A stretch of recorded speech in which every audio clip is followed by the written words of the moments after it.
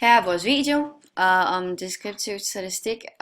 Vi har om is og hvor mange mennesker kan godt lide de forskellige smag, og der er nogen, som overhovedet ikke kan lide is. Ja, det er det. Som I kan se på skærmen på skærmen er statistikkerne her.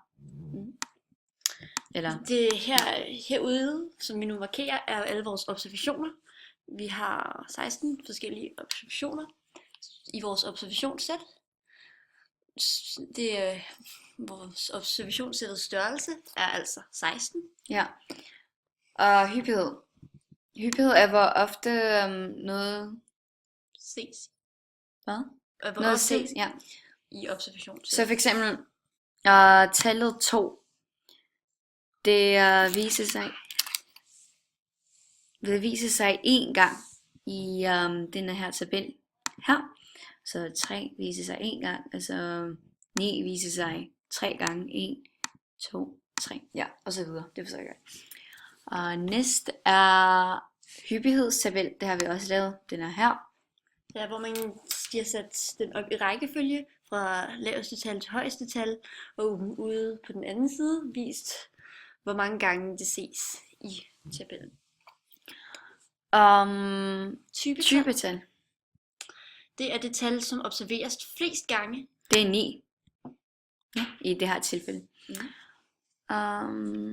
Største og mindste værdi. Så det kan man tydeligt se i hyppighedstabellen, fordi de er sat op i rækkefølge. Så lille m står for mindst tal, og stor m står for største tal. Og man kan bruge disse oplysninger til at finde variationsbredden ved at tage det største tal, 27, og minuse med 2, og så får vi, at variationsbredden er 25. Ja. Næste er,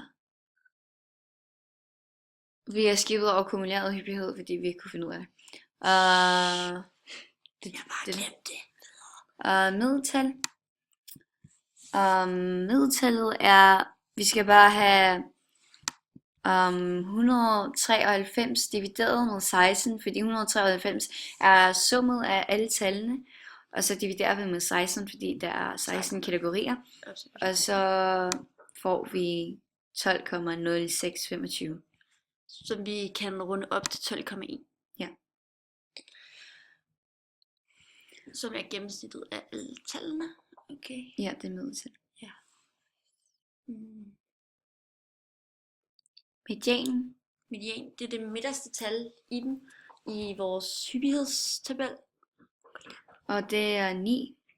Det er, hvis man går ind fra begge sider og bliver ved med at gå ind, til man rammer det midterste tal. Og så får vi 9. Hvis, som du kan se, så har vi skrevet alle tallene op, og så vælger vi bare den midterste. Ja. Næste er frekvens. Nå ja, vi har også en pinddiagram, og så ja. Et pinddiagram viser tydeligt diagram over, hvor mange der bedst kan lide hvad i de forskellige smage. Der er flest, der bedst kan lide chokolade, så vanilje og så videre. Ja.